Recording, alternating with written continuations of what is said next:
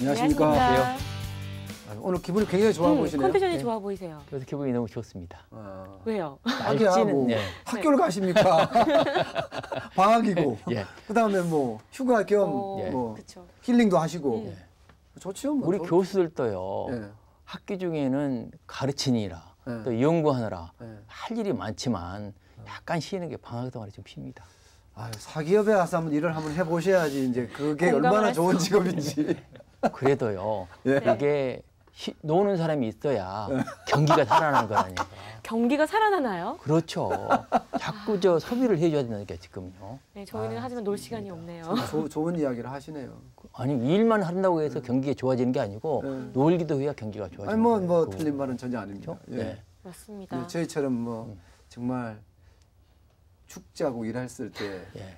이게 성과가 나거든요. 놀고 있으면 성과는 이제 바닥을 치니까 열심히 뭐 뛰어다닐 수밖에 없습니다.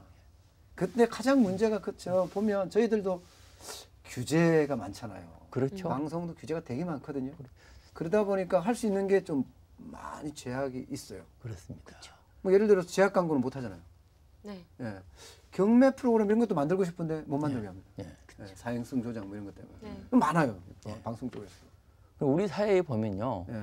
이런 생산하는 데서 규제가 많을 뿐만 아니고 네. 또 소비하는 데서 규제가 너무 많습니다. 아. 우리 사회는 전반적으로 이 규제를 풀어야 경제가 살아나는데 그런 부분에 관심을 많이 줘야 하기야 될것 그 같아요. 규제 푼다는 이야기는 정권에 들었을 때마다 이야기했던 거 아니에요? 그렇죠. 맞습니다. 근데 규제가 풀렸습니까? 근데 방법론이 문제죠. 네. 방법론. 비전과 목표는 좋은데 방법론이 중요한 겁니다. 맞습니다. 규제를 포함해서 전반적으로 경기에 대해서 얘기 나눠보실 분을 모셨습니다. 서울과학종합대학원의 우리 김일섭 총장님 모시겠습니다. 어서 오십시오. 어서 오십시오. 안녕하십니까. 어서 오십시오. 반갑습니다. 네, 반갑습니다. 어서 오십시오. 이쪽으로 앉으십시오. 이쪽 감사합니다. 세상에 아나운서가 엔진에 있는 거 처음 보시지 않으세요? 제가 긴장을 했습니다. 사람이니까요. 사람 불안정하니까. 제가 사전 미팅을 했는데요. 네. 총장님께서 말씀을 너무 잘하시더라고요.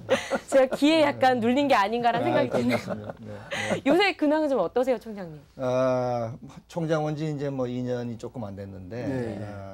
저희가 이제 국내 유일 최초의 MBA 전문 대학원이거든요. 네. 그래서 이게 사회적으로 어떤 가치를 확립해야 될 것이냐를 고민을 많이 했습니다. 그래서 여러 가지로 이제 저희가 이제 계획을 짜고 있는데 하나는 전 세계 한 85위 정도 아니면 그 다음에 또 경영학 교육의 3대 인증을 받은 알토 대학이라고 핀란드에 있는데 그 대학의 복수 학위를 이제 전원에게 다 그 택할 수 있는 옵션을 주자 하는 것을 하나 이제 결정을 해서 진행을 하고 있고요.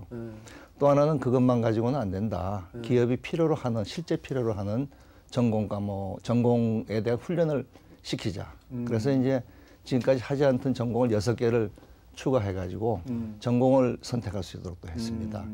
뭐 여러 분야가 있지만 최근에 이제 관심이 많은 빅데이터, 또 그 다음에 그 지적재산권, 그리고 영업혁신, 또 CFO, 그리고 대체투자, 금융도 이제 그쪽으로 저희가 특화를 했고요. 네. 뭐 이런 식으로 해서 6군데를 만들어가지고 좀 기업이 필요로 하는 훈련을 받을 수 있는 그런 MBA를 만들어내려고 노력을 하고 있습니다. 근데 회사 학교 이름은 MBA하고 관련이 없는 것처럼 느껴져요. 제가 오자마자 네. 그 얘기를 했는데 네. 결국 만들 때 한국 서울과학종합대학원입니다. 서울과학종합대학원. 예, 그래서 그거 MBA하고는 아주 전혀 매치가 안 돼요. 이게 본래 만들 때부터 예. 두 가지 생각이 하나는 융복합 경영 전문 대학원으로 하자 예, 하는 예. 의미에서 예. 경영이란 말을 굳이 빼고 과학이란 말을 집어넣고요. 예. 또 하나는 오픈 플랫폼으로 하자. 대부분의 그 경영대학원은 자기 학교 교수님들이 주로 가르치지 않습니까? 저희는 최소한의 교수를 가지고 밖에서 전문가 또 실무를 많이 하신 분들을 모셔서 강의를 하자. 그 두 가지 특징을 가지고 고맙습니다. 감사합니다. 네. 제가 알기로는 네. 거기 대학원에 지금 저 밖에서 공직이라든지 네. 사기업에 있었던 훌륭한 네. 분들이 많이 가서 강의를 예. 하고 그래서 제가 고맙습니다 했습니다. 네, 앞으로 좀 기회가 되면 모시도록 하겠습니다. 네, 많은 네. 분들이 예. 기회를 받을 수 있도록 네. 또 금토에만 네, 수업이 금요일 진행된다고 밤하고 토요일 전일 네. 교육을 제일 많이 하고 있습니다. 네. 네, 그래야 귀중한 직장을 버리지 않고 병행할 공부를 병행할 수 있도록 되기 때문에. 그런데 네. 저 때도 보면 그런 것 같아요. 네. 저 이제 기자 때 박사를 받았는데요. 네. 게다가 이제 연대에서 저는 공부를 했는데 네, 그러셨구나. 야 정말 힘들어요. 네. 그 당시 다행히 네. 저녁 수업이 있고 토요일 수업이 있을 때 제가 하게 할 때는 네, 그러셨구나. 네, 그래서 해냈지 안 그러면 네. 불가능합니다. 박사학위는 네. 아예 못 네. 받습니다. 저희가 이제 첫 1년을 좀 지역 훈련 비슷하게 박사학위를 하기 위한 연구조사 방법론을 갖다 집중적으로 가르치고 와. 그다음에 학술지에 3개 논문만 실리면 졸업됩니다. 와. 네. 근데 3개의 논문을 실리는 게 그렇게 쉬운 일은 아니라고 봐야 되겠죠. 네. 그 졸업생들이 나와가지고 사회적으로 활동을 많이 하고 있습니까? 지금 이미 이제 그 직장에 계신 분들이 거의 대부분이고요. 예. 기억나는 분들로는 저 서두칠 예. 사장님이 예. 3호인가 4호 박사를 하셨고요. 네. 또 강의 저 나이 드신 분이 강의까지 하셨습니다. 네. 뒤에 또 박사 과정에서 그 다음에 대림대학교 총장을 했던 그 재갈정웅 예. 총장도 예. 저희 출신이고 네. 그분이 아주 많이 계십니다. 네. 박사는 어렵게 해야 된다고 합니다. 뭐 그래야지 남더라고요. 네. 저도 남는 게 그런 게 많아요. 네. 저희 이제 거기에 더해서 예. 너무 한 군데만 깊이 들어가는 것은 좀 문제가 있지 않나. 예. 옆으로 좀 이렇게 벌리려고 지금 같이 노력을 또 하고 있습니다. 굉장히 개방적이네요. 그렇습니다. 근데 오늘 규제에 대해서 이야기하러 나오셨는데 예. 어떻게 회사는 아니 학교는 굉장히 개방적으로 운영하시네요. 학교 완전히 뭐 규제를 다 푼 거예요, 그냥? 저희는 원칙을 정하고 방향을 정해놓고 나면 네. 그다음에 절차나 규정은 그게 중요하지 않다. 다만 이제 교육부에 정해놓은 기본 틀은 예, 지켜야 예. 되겠지만 네. 그렇게 생각하고 있습니다. 제가 네. 알기로는 총장님께서 네. 경영 3.0을 주창하고 계신다는 네. 얘기를 들었어요. 네. 그게 바로 규제 혁파하고 관련된 얘기입니까? 관련이 직접적인 건 아닌데 관련이 있다고 봐야 되겠죠. 예. 뭐냐면 이제 소위 저희가 3.0으로 3단계로 구분을 했는데 예. 1단계 이제 한국 경영 1.0이란 게 IMF. IMF 위안 위기가 네. 일어날 때까지 오너들이 독주하던 시대의 경영 예. 방식이고 소위 한국식이라고 봐야 되겠죠. 네. 그래서 그때 이제 한강의 기적도 만들었고 하지만 그 신기루는 이제 IMF 위안 위기 때 다 사라져 버렸고요. 그 이후에 소위 IMF 관리 체제 하에서 글로벌 스탠다드를 이제 강제적으로 받아들이게 됐지 않습니까? 그렇죠. 받아들여서 정말 제가 그때 저도 그때 일을 많이 했었는데 제 기억에 정말 질풍노도와 같이 변화가 많이 있었습니다. 네. 뭐 30개 그 당시 우리나라를 대표하던 기업 집단 재벌 중에서 14개가 없어졌습니다. 그렇죠. 그래 하면서 우리는 열심히 했는데 그 성과가 있는지 없는지도 모르고 열심히 했는데 언제 그걸 우리가 실감을 했나 하면 2008년도 금융위기가 나서 보니까 우리나라가 세계에서 가장 그 금융위기를 잘 버티고 나가는데 그 뒤에는 물론 정부의 지원이 있었지만 네. 기업들이 준비된 기업들이 있었다는 거죠. 네. 그래 보게 되면 뭐 우리가 잘 아는 삼성전자, 또 D램 치킨 게임에서도 승리했고 일본 전자업체들이 결국은 아날로그에서 디지털로 넘어가는 과정에서 결국은 그걸 제대로 못했고 우리는 그걸 뛰어넘었었거든. 네. 그다음에 2차 대전 이후에 세계 5대 자동차 회사로 진입한 최초의 나라가 우리나라라고 봐야 되겠다. 네. 그다음 세계 최고의 소위 그 제철소를 운영하는 것도 우리나라고. 조선도 그렇고 뭐 제가 보기에는 우리도 모르는 사이에 그런 시련을 어마어마하게 축복으로 받고 났던 것이 이제 2.0 시대입니다. 근데 지금 하고 있는 이 방식, 기본적으로 얘기하면 소위 빠른 추격자 전략이죠. 소위 패스트 팔로워 전략이라고 볼 수 있는데 그럼 이걸로 앞으로 다가오는 나머지 21세기를 유지할 수 있을 것이냐? 안 되겠다 하는 생각입니다. 그것은 뭐냐? 지금까지 주로 남이 한 것을 빨리 따라잡고 거기를 응용력을 가지고 응용해서 우리가 이제 성과를 올렸는데 이제는 우리가 앞서가는 분야가 많다 보니까 뭔가 새로 만들어내야 됩니다. 그러면 이제 소위 창의력이 필요한데 그래서 네. 창조경제라는 얘기가 나오지만 네. 창의력이 필요한데 이 창의력을 어떻게 만들어낼 것인가가 고민이고 바로 그 부분을 어떻게 하면 우리가 살릴 수 있을 것이냐 하는 고민을 하고 그러다 보니 이제 1.0 시대에는 오너가 주역인 시대고 2.0 시대에는 오너와 전문 경영인의 결합, 하이브리드 시스템이 조직력을 가지고 이제 성공했던 시대라고 본다고 하면 3.0의 시대는 개인의 창의성을 앞세우고 그걸 조직이 뒷받침하고 그 다음에 최고 경영자들이 이들을 또 이제 뒷받침하는 그런 시스템이 될 것 같다. 그래서 그 부분을 고민을 하고 있습니다. 그런데요. 네. 제가 이제 쓴 책 중에 경영 3.0이라는 책이 있습니다. 네. 아, 그렇습니까? 네. 매니지먼트 3.0이라고 썼는데 어떻게 보면 좀 비슷한 면이 있는데 저는 이제 대량 생산 시대에서 오일 쇼크 전 시대를 1.0 시대. 그렇죠. 예. 2.0 시대 오일 쇼크가 일어나고 나서 디지털 시대로 가기 전까지 2000년까지가 2.0 시대. 이때는 경쟁력이 우선되는 시대. 오케이. 예. 그다음에 이제 2000년 이후에 그러면 뭐냐?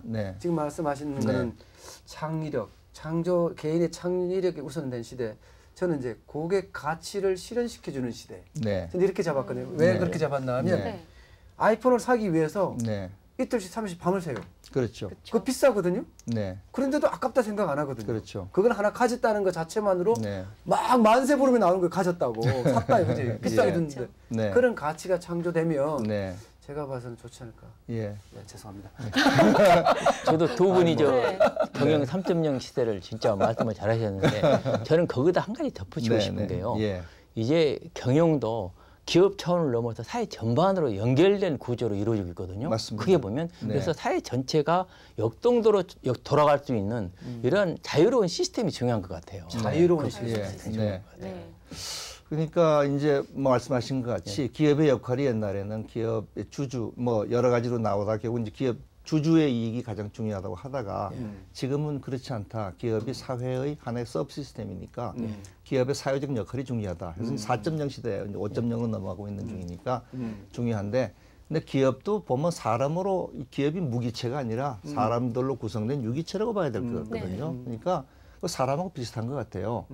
애들 어릴 때가 제일 창의적이잖아요. 야단을 세게 치면 그다음에 머리가 하얘져서 아무것도 생각이 안 나지 않습니까? 기업도 마찬가지 같아요. 야단 많이 맞으면 그다음에는 기업이 뭔가 길을 못 펴는 그런 일이 벌어지는 것 같습니다. 그래서 그걸 어떻게 보면 규제로 이제 기업들이 이제 묶여 있으니까 제가 보기에는 이 창조 시대와 이 규제는 이건 반드시 내가 보기에는 이 양립이 안 되는 뭔가 규제를 풀어야 되고 시대 흐름도 규제를 풀지 않으면 안 되는 그런 시대가 됐다고 생각하고 있습니다. 근데 정부는 지금 어느 정부들이 들었을 때마다 규제 혁파 강조를 했고 특히 그 박근혜 대통령 정부는 더 심하게 하지 않았습니까? 그때 끝장 토론을 하겠다 그러면서 규제 토론. 그런데도 아직도 그런 얘기가 죄송합니다만 제가 초대 규제기획위원회 간사위원입니다. 그래가지고 이제 그 98년도에 이게 97년도에 YS 정부 때 행정규제 이제 기본법이 통과가 됐고 그것에 이어서 이제 DJ 정부 때 시작이 돼서 이제 결성이 됐는데 그때 3개월 만에 규제를 50%를 없앴습니다. 50%를요? 네. 그래서 3개월 동안 저도 기억이 납니다. 그 부분에 대해. 회의를 30번 하고 한 번 회의할 때마다 5시간에서 10시간 정도 회의하면서 풀었는데 근데 저는 왜 모르지? 그 풀었던 규제가 결국은 다 회복이 되고 더 많아졌죠. 근데 또 한편으로요. 그에 대해 우리 반성할 점이 있는 게 그 당시에 50% 규제를 혁파하라고 그러니까 각 부처에서요. 장관들이 쭉 직원들을 닥달해가지고 50%를 끄집어냈는데 맞습니다. 대부분이 꼭 필요 없는 것들 자기들 정부 입장에서는 자기들이 컨트롤할 필요가 없는 것만 내놓고 실질적인 규제는 안 풀었다는 얘기입니다. 소위 양적인 문제가 그런 문제가 그래서 문제가 이제 아주 정확하게 말씀하셨는데 규제의 뿌리가 두 군데거든요. 하나는 법입니다. 또 하나는 이제 그 법을 집행하는 행정부의 이제 의한 규제인데 법을 본다고 하면은 법이 저는 좀 죄송한 표현인데 굉장히 허술하게 만들어지는 것 같아요. 특히 이제 옛날에는 정부의 입법이 발의가 3분의 2가 넘었고요. 의원 입법 3분의 1 정도밖에 안 됐는데 18대 국회에 오니까 88%가 의원 입법입니다. 그렇습니다. 물론 이제 실제 통과된 거는 70몇 %라고 그죠? 굉장히 높은 비율이거든요. 그럼 의원들께서 물론 이제 그 입법 활동을 많이 하신 것도 있지만 상당 부분은 그 좀 표현이 안 좋습니다만 청부 입법을 이제 이익 집단들이 그렇게 하는 거죠. 그러니까 의원을 통하면 쉽거든요. 그래서 그리고 이 국회 안에는 규제 심사를 하거나 기존에 만드는 법률이 나쁜 규제를 포함하고 있는 날을 심사하는 기능이 없습니다. 없으니까 거기는 어떻게 보면 규제 뭐 이를 그 심사 무풍지대이기 때문에 거기를 통해서 제가 보기에는 조금 이제 문제가 생겼고요. 그것이 이제 그래서 저는 제 개인적인 생각으로는 법을 한번 전면 심사를 국회에서 해가지고 과연 이 법들이 얼마나 안 좋은 규제를 많이 포함하고 있나를 한번 봐서 한번 청소를 한번 했으면 좋겠다. 대청소를 좀 합니다. 그다음에 정부가 하는 것은 이제 법에 있는 규제는 당연히 뭐 해야 되겠습니다만은 정부는 그 밑에서 법의 근거가 없거나 애매한 그런 행정 규제를 많이 가지고 있고 우리가 모르는 것도 많습니다. 그래서 그걸 갖다 어떤 분은 표현을 규제 길로틴을 만들자. 그래갖고 예를 들면 올해 연말까지 정부에서 이 규제는 꼭 필요하다고 내가 입증을 하지 못하면 무효 선언을 하자. 저는 그거 맞다고 생각합니다. 그래서 왜냐하면 특히 법에 근거가 없는 규제는 절대 하면 안 됩니다. 근데 정부는 이제 기본적으로 역할 중에 하나가 규제를 만들어서 그걸 이제 집행하고 관리하는 집행하고 관리하는 그런 기능을 이제 받고 있기 때문에 그래서 이제 그런 부분을 한번 정리를 하고요. 그래서 지금 지난번에 나왔던 그 규제 개혁 대토론회 이후에 아주 그 총리실에서 요번에 그만둔 김동연 장관이 아주 좋은 방안을 많이 냈는데 저는 아까 말씀드린 것 같이 입법부에 의한 규제 개혁 이제 노력, 행정부에 의한 노력을 해야 되는데 이게 시간이 많이 걸립니다. 법을 하나 고치고 검토하는데 어마어마한 시간이 걸리기 때문에 시간이 없거든요. 그래서 저는 개인적으로는 이것만 가지고는 안 된다. 또 제3의 방법을 하나 생각해보자. 해서 제가 초대부터 제가 뭐 이제 규제개혁위원회 전에도 뭐 세계화 추진위원회다 금융기획에다 뭘 많이 했습니다. 많이 했는데 보니까 이렇게 해서는 안 되겠다. 이건 뭐 없애도 생기고 그다음에 제대로 근본적으로 못 없앤다는 생각이 들어가지고 규제 자유지역이라는 걸 제가 주장을 했었습니다. 규제 자유지역. 그렇습니다. 그래서 규제 자유지역을 만들자. 왜냐하면 그러니까 경제 자유지역 비슷한. 그러니까 지금 우리나라에는 경제 자유구역이라는 법이 있고요. 또 무역 자유지역이 있고요. 그다음에 특별자치도와 그 국제도시에 관련된 제주도에 관련된 특별법이 있고요. 또 역외금융센터를 운영하기 위한 법이 여러 가지 법이 있습니다. 그런 법은 특별 목적으로 만들어 놨지만 저는 그리고 거기는 주로 외국인을 위해서 만들어 놓은 것인데 저는 외국인 차별하면 안 된다고 생각합니다. 똑같이 다 해가지고 그래가지고 그 지역을 거기다가 규제 개혁을 규제를 배제할 수 있는 권한을 하나 주고요.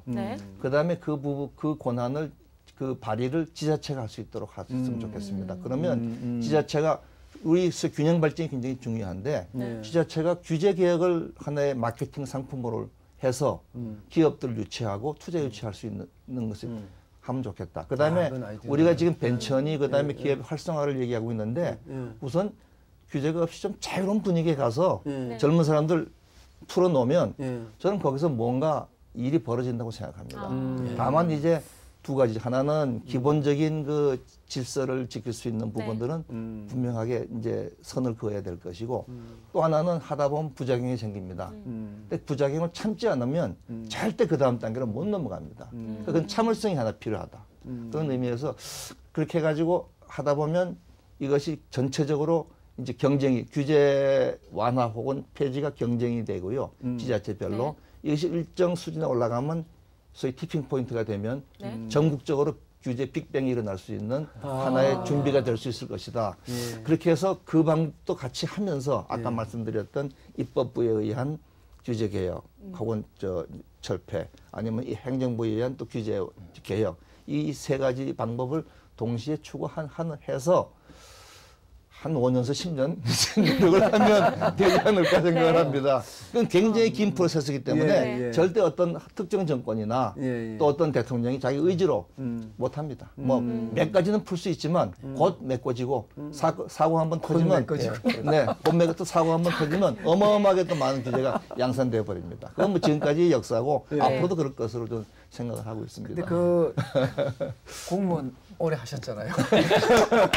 말씀이 없으세요 오늘. 이거, 네. 아니 근데 제 생각에는 네. 이 규제가 사실 공무원분들이 갖고 있는 힘 같거든요. 어떻게 생각하세요? 그런 측면도 있고요. 또 하나 규제라는 것은 또 이런 측면도 있습니다. 그래서 그 부분도 아마 철학적인 문제가 관련이 되는데 규제라는 것은 인간의 삶에 필요한 사회적 질서를 유지하기 위해서 필요한 부분이 상당히 있거든요. 맞습니다. 환경이라든지 안전이라든지 이런 여러 부분이 있기 때문에 그래서 어디까지 갈 것이냐 하는 부분하고 인간의 창의성을 어떻게 높일 것이냐 부분이 균형을 맞춰야 되는데 그걸 찾은 노력이 훨씬 중요한 것 같아요. 예를 들면 규제 자유주의 말씀하셨지만 규제 자유주의를 만들어 놓으면 어떤 측면이냐면 또 그 기업들이 다 옮겨가 나갈 겁니다. 그럼 그 땅값이 엄청나게 오른단 말이죠. 그러면 규제를 풀어도 오히려 땅값이 올라서 사업이 안 되는 이런 문제가 발생하기 때문에 그걸 잘 균형을 맞추는 게 대단히 중요한 것이다. 그 부분을 연구를 많이 할 필요가 있다. 맞습니다. 역시 거기다가 이제 저는 말이 많아졌네. 제가 한 가지만 더 세 가지 말씀 저도 전체 동감이고요. 또 한 가지는 그 규제라는 것은 그런 규제에만 규제가 있는 게 아니고 지원에도 규제가 있습니다. 그렇습니다. 우리 정부는 각종 지원을 많이 하고 있어요. 특히 중소기업 부분에 대해서는 엄청난 지원을 하고 있는데 지원 자체가 크게 보면 규제로도 작용을 한다 이거죠. 기업 입장에서 돈을 주려면 여러 가지 조건을 만들기 때문에 꼬리표가 된단 말이에요. 그렇기 때문에 규제가 된단 말이에요. 그럼 기업 입장에서는 이것도 규제가 되는 거예요. 그래서 그런 부분도 어떻게 문제를 풀 것이냐 아주 중요한 부분입니다. 그래서 기업들이 이게 육성법이에요, 규제법이요 하는 그런 얘기를 많이 해요. 근데 실제로 옛날에 계시던 산업통상자원부가 규제에 대해서는 가장 전향적으로 반응을 했던 부서로 기억하고 있어요. 그러니까 여기는 어떻게 하면 많이 풀까 애를 많이 쓰신 부서로 기억하기 때문에 실제로 공격적이세요. 많이 열려 있고. 예, 그렇습니다.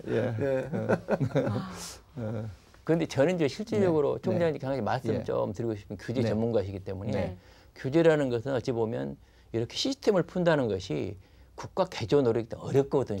만만치 않은 일이기 때문에 오히려 그것보다는 소위 실질적으로 시장에 영향을 미칠 수 있는 소위 영어로 베스트 프랙티스라고 하지 않습니까? 그걸 만들어내는 게 대단히 중요한 것 같아요. 하나라도 진짜 실현 가능한 걸 먼저 만들어내는 거.